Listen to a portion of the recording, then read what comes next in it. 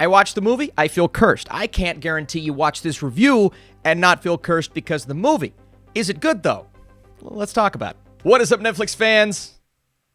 Welcome back to my channel. Today we are talking Incantation, a found footage style horror film, a Taiwanese film that I was super excited about. It has been talked about for quite a while, but now it's finally in the United States on Netflix. But is it good? Is it scary?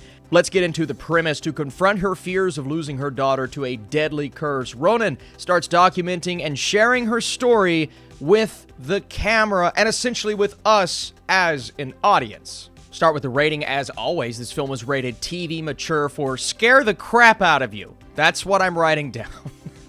And I'm not even saying Incantation is a film that relies on jump scares to make you feel horrified when the movie is over, because that's not the case. They are few and far in between.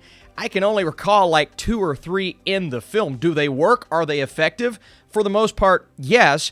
But at the end of the day, you're scared because of the idea, the concept of this curse, and what this poor mother is going through to help her daughter. It's all about love for your family. Family is the centerpiece of this film, and it's something that when you start off, you're like, I'm not entirely sure where this is going, but I am interested. You get 2 time periods in this film, and it jumps back and forth to a degree that may have been a bit overbearing.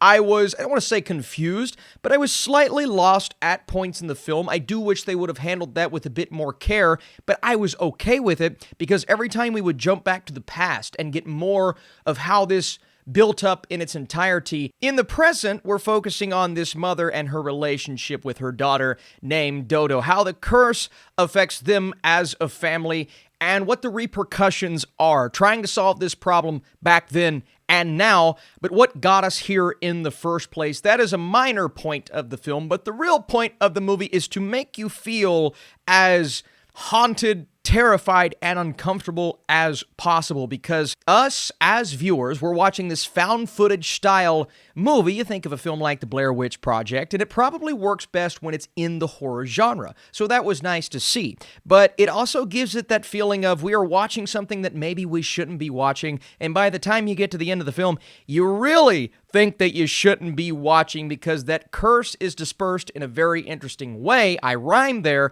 but it's also giving off that uncomfortable feeling that not everyone's going to love. If you don't love the horror genre, first of all, why are you watching this movie? Second of all, it's what you want in a film like this.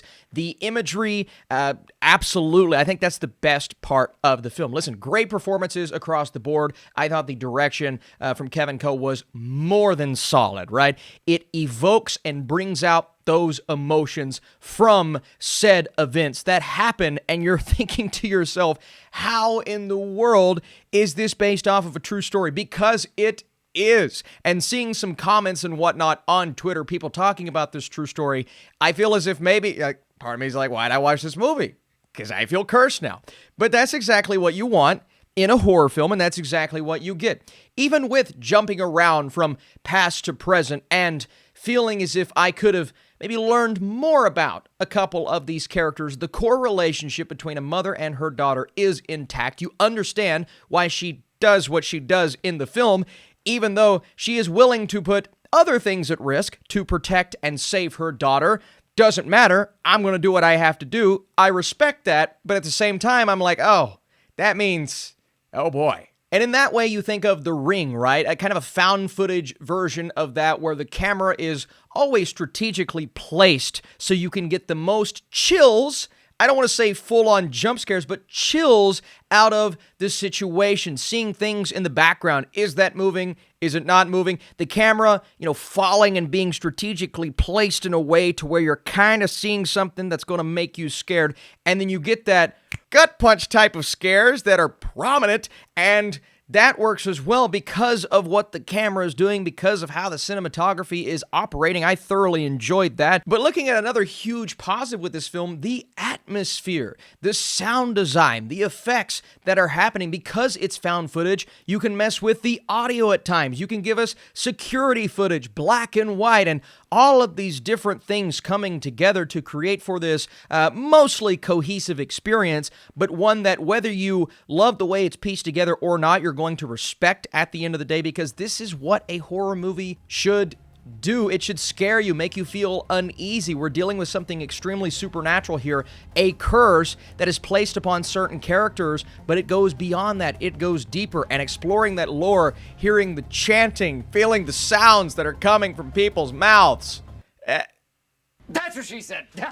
I just did not expect this experience. It was a welcome and unexpected time, and it's a movie that I'm definitely not going to forget, and that's what you want out of a horror film. So let me know down below, are you guys watching this on Netflix? Did it make you feel some type of way? Did you enjoy the found footage aspect of it? Before I give you my score, to support this channel, be sure to drop a like as well. I'm coming back with more reviews tomorrow. It does exactly what you are looking for. There are consistent chill-inducing moments, the imagery is terrifying, and the experience will leave you feeling uncomfortable.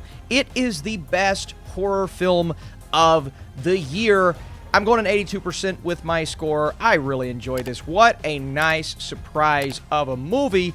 And it's found footage, and anytime you can execute that, it's more rare now than it used to be, because some of them are terrible. This one is not. It's kind of creepy. Just, if you don't like curses, you may want to avoid this one. Well, maybe this review. Too late. I've already watched it. You're cursed. Or you're not. You might be. I don't know.